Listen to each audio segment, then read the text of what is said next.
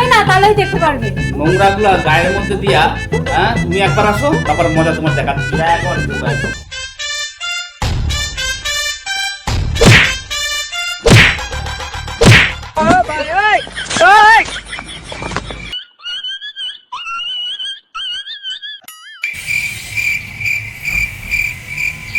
ও বাবা, ভিতরে দুটো চাল দাও।